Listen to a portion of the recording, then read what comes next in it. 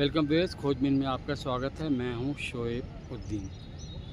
School की किताबों में पढ़ा था कि बड़े से रिक्वेस्ट करके, बराबर वाले से मुकाबला करके और छोटे को कुछ देकर अपने उद्देश्य की, लक्ष्य की, टारगेट की प्राप्ति की जा सकती है, उसको हासिल किया जा सकता है। जब चुनाव परिणाम आए और भारतीय जनता पार्टी 272 के जादुई आंकड़े को नहीं छू पाई, तो राजनीतिक विश्लेषकों को लगा कि अब बीजेपी को, खासकर मोदी जी को, अपने राजनीतिक दलों को महत्वपूर्ण मंत्रालय देना पड़ सकते हैं, मलाईदार मंत्रालय जिन्हें बोलचाल की भाषा में कहा जाता है।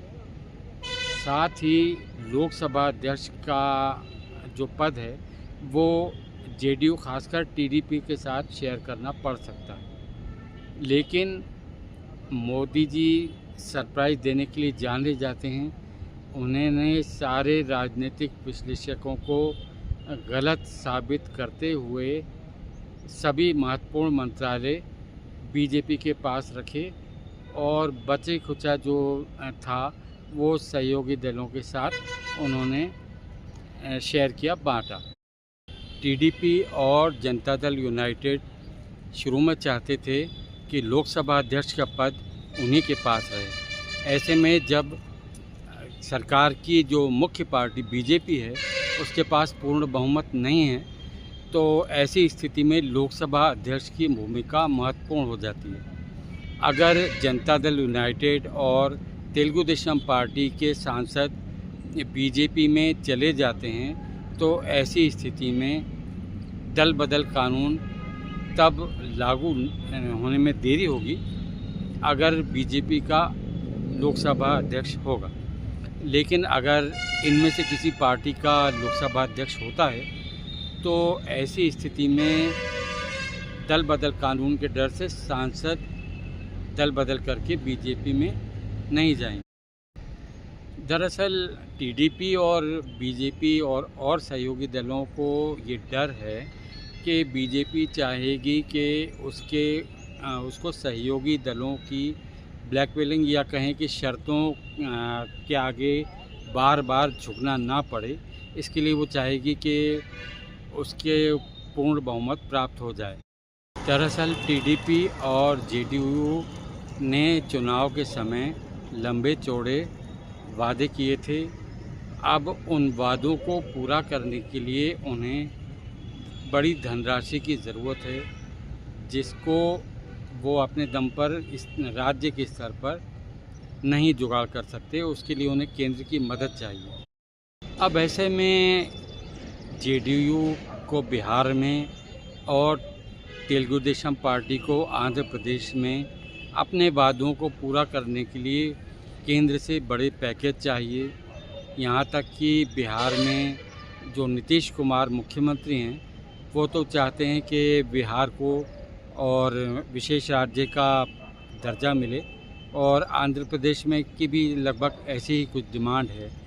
लेकिन पिछले दिनों राजनाथ सिंह को लोकसभा अध्यक्ष के मामले में निर्धारित करने के लिए किसके पास लोकसभा अध्यक्ष का पद जाएगा, बीजेपी के पास या सहयोगी दलों के पास, तो राजनाथ सिंह ने सहयोगी दलों को ये स्पष्ट कर दिया है कि बीजेपी लोकसभा अध्यक्ष का पद अपने ही पास रखेगी, जबकि लोकसभा उपाध्यक्ष का पद वो सहयोगी दलों को दे सकती है।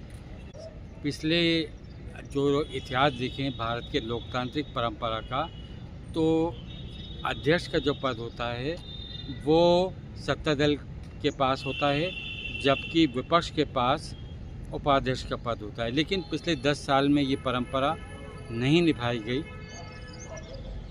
अब बीजेपी ने प्रस्ताव दिया है कि पिछले 10 साल के अनुसार ही उपाध्यक्ष का पद विपक्ष को न देते हुए सहयोगी दल को दे दिया जाए।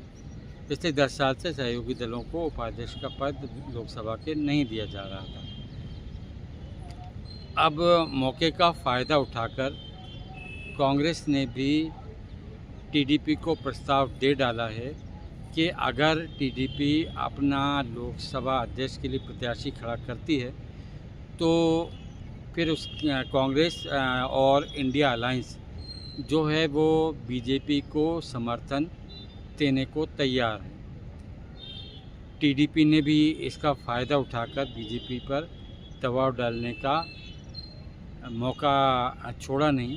हालांकि उन्होंने कोई खुलकर साफ बयान नहीं दिया है, लेकिन अब टीडीपी ने कहा है कि टीडीपी को और मतलब बड़े पैमाने पर केंद्र की सहायता चाहिए होगी राज्य के विकास के लिए, इसलिए वो बीजेपी को समर्थन जारी रखेगी और उसका लोकसभा अध्यक्ष के पद पर कोई इंटरेस्ट नहीं है, मतलब उनकी कोई रुचि नहीं है।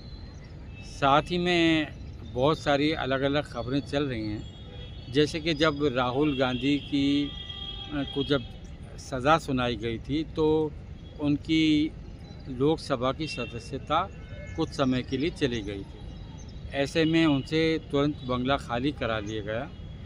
जब अमेठी की सीट स्मृति ईरानी हार गईं तो उन्होंने ट्वीट किया उसके बाद, जिसमें उन्होंने सबका धन्यवाद किया सिवाय के मोदी जी का। शायद इसकी प्रतिक्रिया हुई हो अंदर खाने में।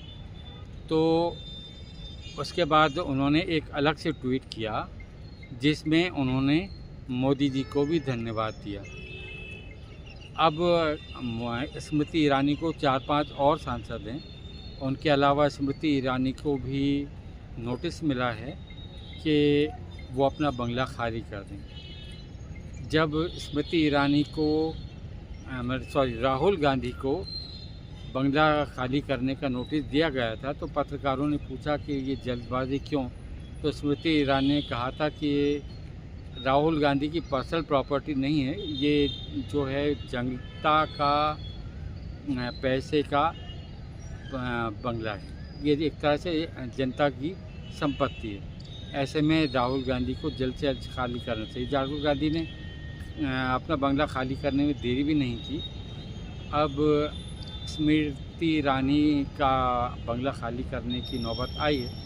मोदी जी शायद उनसे नाराज़ हैं, अब देखते हैं वो कब तक खाली करते हैं। इस तरह की अब लोकसभा शुरू हुई, खबरें आने का दौर रोज़ बरोज़ शुरू होगा। विपक्ष अपनी तरफ से कई मुद्दों पर दबाव बनाने का प्रयास करेगा।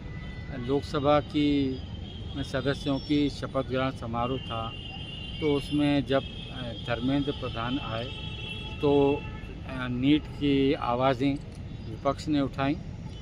अब खैर अभी जब सदन की बैठकें शुरू होंगी उसके बाद जाहिर बात है बड़ा हंगामी होगा और अब ऐसा नहीं होगा कि विपक्ष की वो बाहर निकालकर संसद की कार्रवाई चल पाए।